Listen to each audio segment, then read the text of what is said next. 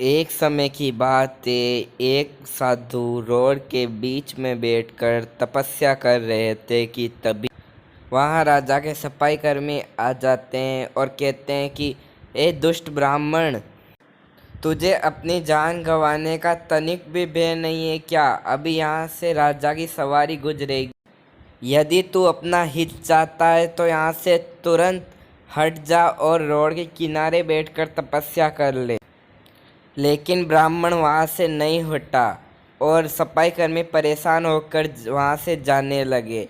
तभी साधु बोला, ओ तभी तो। ये सुनकर सफाई कर्मियों को आश्चर्य तो हुआ, लेकिन वे वहाँ से चले गए।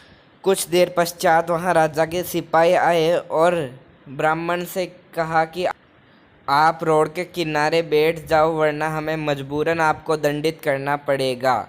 लेकिन साधु वहाँ से नहीं हटे और परेशान होकर सिपाही भी वहाँ से जाने लगे। तभी साधु बोला, ओ तभी तो। कुछ देर पश्चात वहाँ सेनापति आता है और वह हाथ जोड़कर बड़े ही विनम्र भाव से बोलता है, हे ब्राह्मण देव, आप कृपया रोड के किनारे बैठकर तपस्या कर लीजिए। जब राजा की सवारी निकल जाए तब आप पुनः यहाँ पर बैठकर तपस्या कर लेना। लेकिन ब्राह्मण वहाँ से नहीं हटा और परेशान होकर जब सेनापति जाने लगा तब फिर से ब्राह्मण बोला, ओ तभी तो। ये सुनकर सेनापति को आश्चर्य हुआ, लेकिन वह फिर भी वहाँ से चला गया।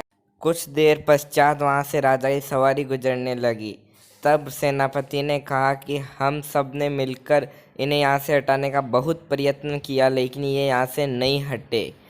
तब राजा ने कहा कि इन्हें यहाँ से हटाने की क्या आवश्यकता है, हमारे रथ को भी तो नीचे से ले जाया जा सकता है। हमारे रथ का एक टायर रोड से नीचे उतार कर ले चलो। जब राजा जाने लगा तो ब्राह्मण बोला, ओ तभी तो। रुकिए महाराज, इन ब्राह्मण देव से पूछिए कि इस तभी तो का तो क्या मतलब है। इन्होंने जब हमारे सफाई कर्मी गए तो तभी तो कहा, जब हमारे सिपाही गए तो तभी तो कहा, जब मैं गया तो तभी तो कहा, और जब आप गए तो तभी तो कहा। तो इसका अर्थ क्या है? तब राजा ने ब्राह्मण से पूछा, हे ब्राह्मण देव, इसका क्या अर्थ है? तब ब्राह्मण ने बड़ी ही विनम्रता से कहा कि आपके सफाई कर्मियों ने मुझसे बड़ी ही कटुता से बात की। मैंने सोचा ये इतनी कटु बातें करते हैं, तभी तो इन्हें भगवान ने सफाई कर्मी बनाया है। आपके सिपाही कर्मियों ने मुझसे आराम से बात की तो मैंने सोचा कि इनमें थोड़ी विनम्रता है, तभी तो भगवान ने इन्हें सिपाही बनाया है। और जब आपके सेनापति ने मुझसे हाथ जोड़कर विनती की तब मैंने सोचा तभी तो इनके इसी गुण के कारण भगवान ने इन्हें सेनापति का पद दिया है।